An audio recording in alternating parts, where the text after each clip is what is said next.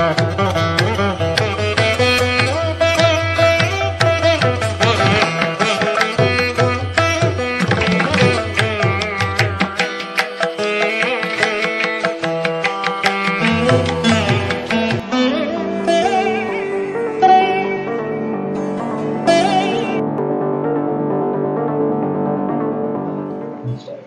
श्रीमन्नारायण।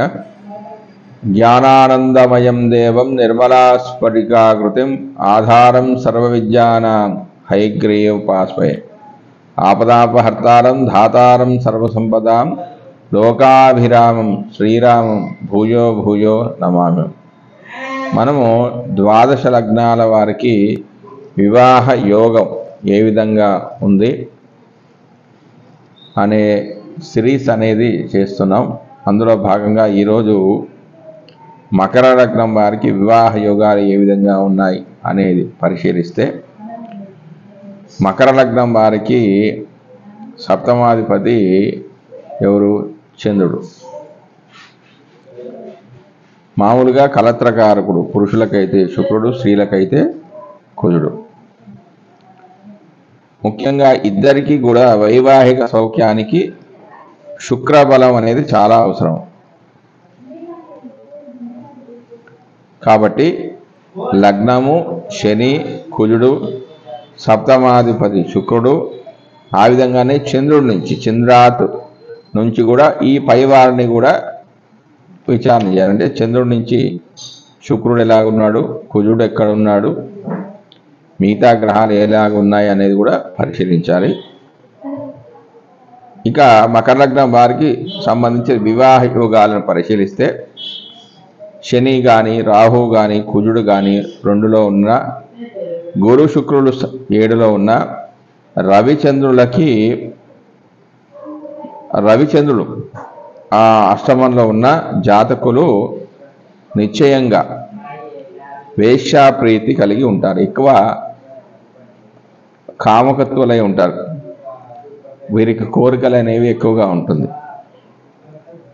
స్త్రీ జాతకంలో రవికుజులు 7లో ఉన్న వైధవ్య యోగం అనేది ఉంటుందంటే, భార్యకైతే భర్త లేకపోవడం, భర్తకు భార్య లేకపోవడం, అంటే తొందరగా వారు స్వర్గస్థులు కావడం అనేది జరిగే అవకాశాలు ఉన్నాయి.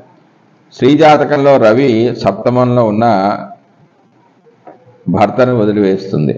శని ఉంటే ఆలస్యంగా వివాహం అనేది జరుగుతుంది. చంద్రుడు, బుధుడు లేదా శుక్రునితో కలిసిన అత్తవారి ధనం అనేది కలిగి ఉంటారు వీళ్ళు. శని చంద్రుల లగ్నంలో రవి సప్తమంలో ఉన్న వీరికి వైవాహిక జీవితంలో సుఖం అనేది ఉండదు. శని చంద్రులు పరస్పరం చూసుకున్న వివాహం అనేది ఆలస్యం అవుతుంది. శని 12లోను, రవి 2లో ఉన్న వివాహం అనేది జరగదు. శని 6లో, రవి అష్టమంలోను ఉంటే, అలా ఉండి చంద్రుడు బలహీనమైన కూడా వివాహం అనేది జరగదు. ఎందుకంటే వీరికి సప్తమాధిపతి చంద్రుడు, అంటే కలత్ర స్థానాధిపతి బలహీనుడైతే వివాహం అనేది జరగదు. శని, రవి, శుక్రులు ఒకే స్థానంలో ఉండగా చంద్రుడు బలహీనుడైతే వివాహం అనేది జరగదు. శుక్రుడు కర్కాటకము లేదా సింహంలో ఉండగా శుక్రునికి 2లో రవి లేదా చంద్రుడు ఉన్న వివాహం అనేది జరగదు. రాహువు లేదా కేతువు సప్తమంలో ఉండగా క్రూరగ్రహం సప్తమంలో ఉన్న జాతకులకు వివాహం జరగకపోవడమో లేదా కులాంతరమో మతాంతరమో వివాహం అనేది జరుగుతుందంటే, ఇతర కులస్తులను, ఇతర మతస్థులను, అంటే హిందువులు అయితే ముస్లింలు కానీ క్రిస్టియన్లు కానీ పెళ్లి చేసుకునే యోగాలు ఉంటాయి. లగ్నాతు ద్వితీయంలో ఏదైనా గ్రహం వక్రంలో ఉన్న వైవాహిక జీవితాన్నందు సుఖం అనేది ఉండదు. గురుడు 3లో లేదా 7లో ఉన్న వైవాహిక జీవితంలో అనుకూలత, 34 సంవత్సరాల తర్వాత ఉన్నత పదవి గౌరవాలు ఉంటాయి. అంటే ఇలా ఉంటే వారికి 34 సంవత్సరాల తర్వాత దంపతుల మధ్య అన్యోన్యత ఏర్పడి మంచి మంచి పదవి రావడం, గౌరవ మర్యాదలు రావడం అనేది జరుగుతుంది.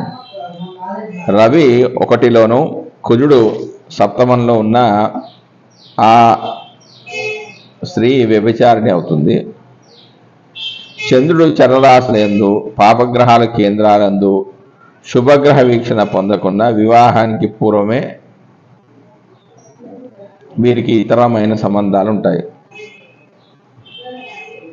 రవిచంద్రుడు సప్తమంలో ఉన్న భర్తకు తెలిసి ఆ స్త్రీ పురుషగామి అవుతుంది. బుధ రాహులు కలిసి ఉండగా శనితో ఏ రకమైన సంబంధం ఉన్నా ఆ పురుషుడు నపుంసకుడు అవుతాడు. చంద్రుడు లగ్నాది శరీరాశుని అందున్న ఆ స్త్రీ కోమలంగా ఉంటుంది. గురు బుధ శుక్ర కుజులు బలవంతులైన ఆ స్త్రీ మృదువుగా ఉంటుంది. చాలా సాఫ్ట్ కార్నర్ ఉంటుంది మనిషికి.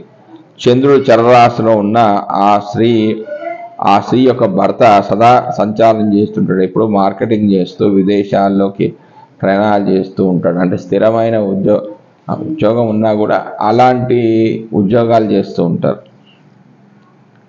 చంద్రుడు లేదా శుక్రుడు లగ్నంలో ఉండగా పాపగ్రహాలు 9వ స్థానంలో ఉన్న ఆ స్త్రీ గొడ్రాలవుతుందంటే సంతానం ఉండదంట వారికి. చంద్ర శుక్రులు లగ్నంలో ఉండగా 5వ స్థానము పాపగ్రహాలతో చూడబడిన ఆ జాతకులు గొడ్రాలవుతారు.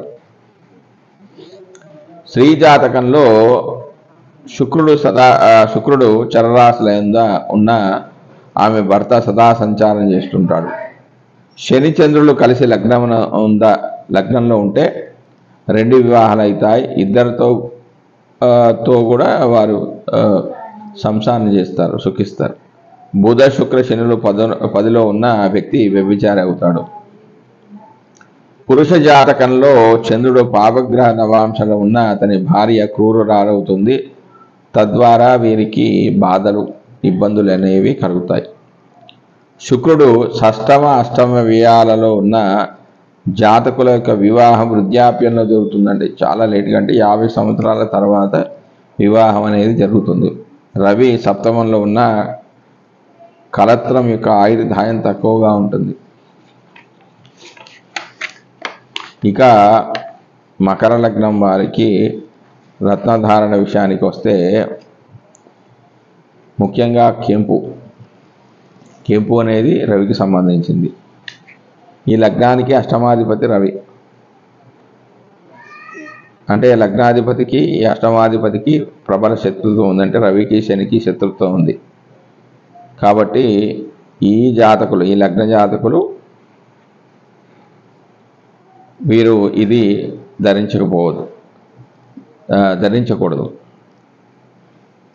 అయితే అధికారము, రాజసం కావాలి, మంచి నిర్ణయాధికారాలు కావాలి అనేవాళ్ళు, రవి మహాదశ బాగా యోగించాలి అనుకునే వాళ్ళు మాత్రం ఆదిత్య హృదయ పారాయణము మరియు రవిహోర, ఆదివారం రోజున రవిహోర సమయంలో, అంటే ఉదయం 6 నుంచి 7 గంటల సమయంలో రవికి ధ్యాన శ్లోకాన్ని చదువుకోవడం. అంటే జపాకుసుమ సంకాశం కాశ్యపేయం మహాదుతం తమోరం సర్వపాపగ్నం ప్రణతోస్మి దివాకరం అనే మంత్రాన్ని 108 సార్లు జపించడం, నవగ్రహాలకి 11 ప్రదక్షిణ చేయడం, గోధుమ పిండితో చేసిన పదార్థాలని నివేదన చేయడం, అన్నార్థుల కంటే బీదవాళ్ళకి దానం చేయడం,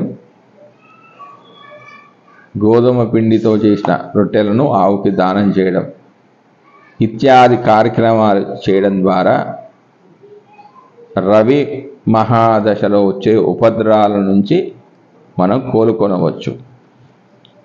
తర్వాత ముత్యం. మకర లగ్నానికి సప్తమాధిపతి చంద్రుడు. లగ్నాధిపతితో ప్రత్యేకమైన సంబంధం లేదు. మకర లగ్నానికి కేంద్రాధిపతిగా పాపత్వం ఏర్పడిన కారణంగా వీరికి చంద్రుడు అంత యుగకారకుడు కాడు. మనశ్శాంతి, కలత్ర సౌఖ్యం కోరుకునేవారు ఈ చంద్రదశలో కృష్ణాష్టకము, రుద్రాభిషేకము, మారేడు దళాలతో శివుడికి రుద్రాభిషేకం చేసినట్లయితే మరియు సోమవారం రోజున చంద్రహోరలో ఉదయం 6 నుంచి 7 మధ్యలో చంద్రుడి యొక్క ధ్యాన శ్లోకాన్ని పారాయణం చేసిన ఒక 10 సోమవారాలు వారి యథాశక్తిగా బియ్యాన్ని దానం చేసిన వారికి చంద్రుడు యొక్క దోష ఫలితాలు అనేవి తగ్గి చంద్రుడి యొక్క అనుగ్రహానికి పాత్రలవుతారు. తర్వాత పగడం. మకర లగ్నానికి చతుర్థ లాభాధిపతి కుజుడు. కేంద్రాధిపతిగా మంచివాడైన లాభాధిపత్యం పట్టడం ఈ లగ్నాధిపతి శనికి ప్రబల శత్రుగ్రహం కావడంతో కుజుని రత్నమైన పగడాన్ని ధరించకపోవడం మంచిది.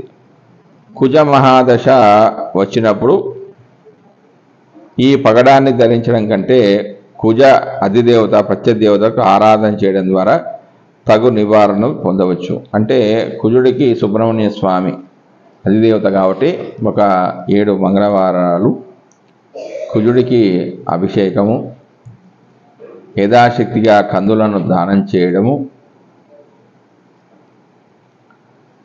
మరియు కుజుడికి సంబంధించిన పురాణ శ్లోకాన్ని పఠించడము, అది కూడా మంగళవారం రోజున కుజహోరా సమయంలో మంగళవారం 6 నుంచి 7 సమయంలో దీన్ని ప్రతి మంగళవారం 108 సార్లు జపం చేయడం ద్వారా కుజుడి యొక్క చెడు ఫలితాల నుంచి వీరు తప్పించుకోవచ్చు. దాని తర్వాత పచ్చ. మకర లగ్నానికి షష్టమ భాగ్యాధిపతి బుధుడు, శుభుడు. బలమైన భాగ్యస్థానాలకు ఆధిపత్యం పట్టడంతో ఈ లగ్నానికి యోగగ్రహంగా చెప్పవచ్చు. ఈ కారణంగా అనారోగ్యము, బుద్ధిబలం తగ్గడం, వేగవంతమైన ఆలోచనలు కోరుకునేవారు బుధ మహాదశ ఫలితాలు అత్యంత అనుకూలంగా ఉండాలనుకునేవారు ఈ బుధరత్నమైన పచ్చను ధరించడం చాలా మంచిది. ఈ లగ్న జాతకులకు దీని అదృష్టరత్నం అని కూడా చెప్పవచ్చు. తర్వాత పుష్యరాగం. మకర లగ్నానికి తృతీయ వ్యయాధిపతి గురుడు.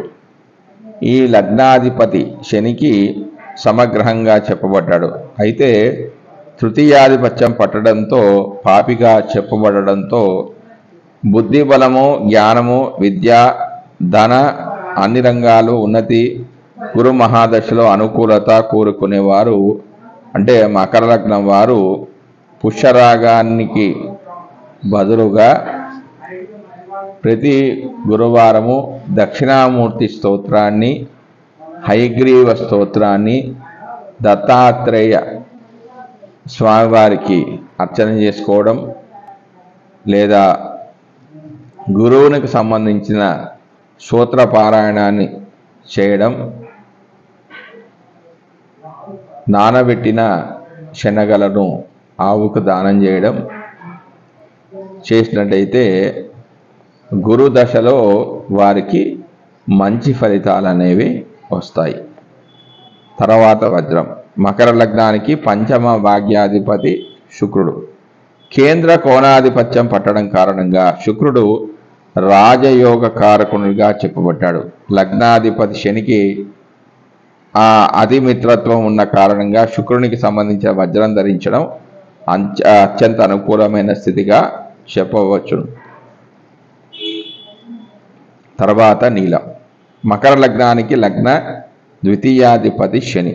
లగ్నాధిపతి అయిన కారణంగా మకర లగ్నం వారు తప్పకుండా ధరించవలసిన రత్నం నీలం. ఇది ఎటువంటి ప్రతికూలమైన స్థితినైనా అనుకూలంగా మారుస్తుంది అనడంలో ఎలాంటి సందేహం లేదు.